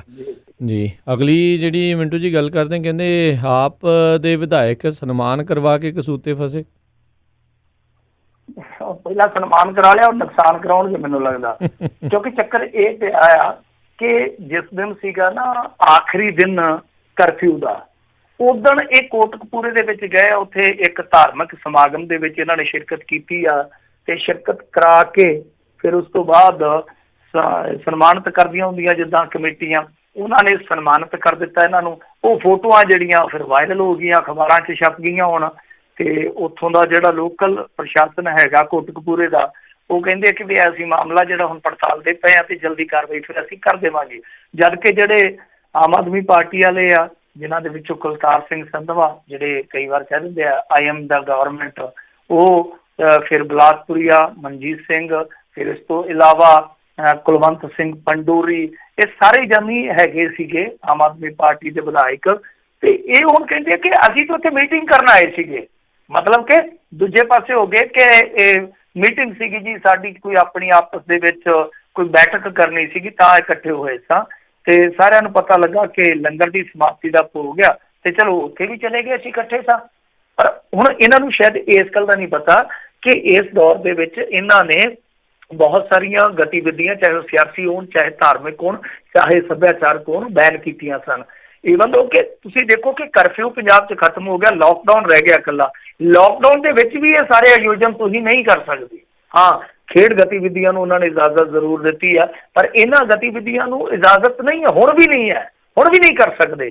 ਤਾਂ ਬਿਨਾਂ ਇਜਾਜ਼ਤ ਤੋਂ ਜੇ ਕੋਈ ਮੀਟਿੰਗ ਹੋਈ ਆ ਤਾਂ ਉਹ ਵੀ ਪੰਗਾ ਪਊਗਾ। ਔਰ ਦੂਜੀ ਗੱਲ ਇਹ ਆ ਕਿ ਇਹਨਾਂ ਨੇ ਹੁਣ ਉਹਨਾਂ ਨੂੰ ਵੀ ਪੰਗਾ ਪਾ ਦੇਣਾ ਜਿਨ੍ਹਾਂ ਨੇ ਧਾਰਮਿਕ ਆਯੋਜਨ ਕੀਤਾ। ਲੰਗਰ ਕਮੇਟੀ ਵਾਲਿਆਂ ਨੇ ਜੋ ਕੋਈ ਰੱਖਿਆ, ਭੋਗ ਵਗੈਰਾ ਪਾਏ ਆ, ਤਾਂ ਉਹਨਾਂ ਨੂੰ ਵੀ ਪੰਗਾ ਪੈ ਜਾਣਾ, ਕਿਉਂਕਿ ਇਹ ਕਰਫਿਊ ਦਾ ਉਲੰਘਣ ਹੈ। ਸਿੱਧੇ ਤੌਰ ਤੇ ਕੋਈ ਵੀ ਆਯੋਜਨ ਨਹੀਂ ਸੀ ਕਰ ਸਕਦੇ। ਤਾਂ ਹੁਣ ਦੇਖਦੇ ਹਾਂ ਕਿ ਕੀ ਕਾਰਵਾਈ ਹੁੰਦੀ ਹੈ। ਸਿਆਸਤ ਦਾ ਮਾਮਲਾ, ਕਈ ਵਾਰ ਇਹੋ ਜਿਹੇ ਮਾਮਲੇ ਜਿਹੜੇ ਉਹ ਠੰਡੇ ਵੀ ਪੈ ਜਾਂਦੇ ਆ, ਤੇ ਕਈ ਵਾਰ ਇਹੋ ਜਿਹੇ ਮਾਮਲੇ ਆ ਜਿਹੜੇ ਉਹ ਫਿਰ ਅੱਗੋਂ ਇਹੋ ਜਿਹੇ ਵੀ ਪੁੱਠੇ ਪੈ ਜਾਂਦੇ ਆ ਕਿ ਜੜ ਭੁੰਡੀਆਂ ਨਿਕਲ ਜਾਂਦੀਆਂ। ਤੁਹਾਨੂੰ ਪਤਾ ਹੀ ਹੈ, ਜਿਹੜੀ ਗੇਟ 'ਚ ਪੈ ਜਾਂਦਾ ਹੁੰਦਾ। ਜੀ ਜੀ, ਤੇ ਮਿੰਟੂ ਜੀ ਬਹੁਤ ਬਹੁਤ ਤੁਹਾਡਾ ਧੰਨਵਾਦ। ਤੁਸੀਂ ਸਾਡੇ ਨਾਲ ਜੁੜੇ ਇਹਨਾਂ ਖਬਰਾਂ ਬਾਰੇ ਤੁਸੀਂ ਜਾਣਕਾਰੀ ਦਿੱਤੀਆਂ। ਅਗਲੀ ਵਾਰ ਤੱਕ ਲਈ ਬੜੀ ਮਿਹਰਬਾਨੀ। ਪਿਆਰ ਭਰੀ ਸਤਿ ਸ਼੍ਰੀ ਅਕਾਲ ਜੀ।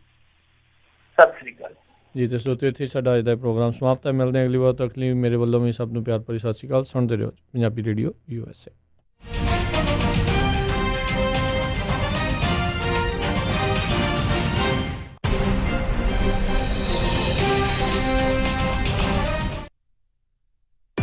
ਤੁਸੀਂ ਸੁਣ ਰਹੇ ਹੋ KOBO Yuba city 1450 AM, KIID Sacramento 1470 AM, KWRU Fresno 1300 AM, KLHC Bakersfield 1350 AM,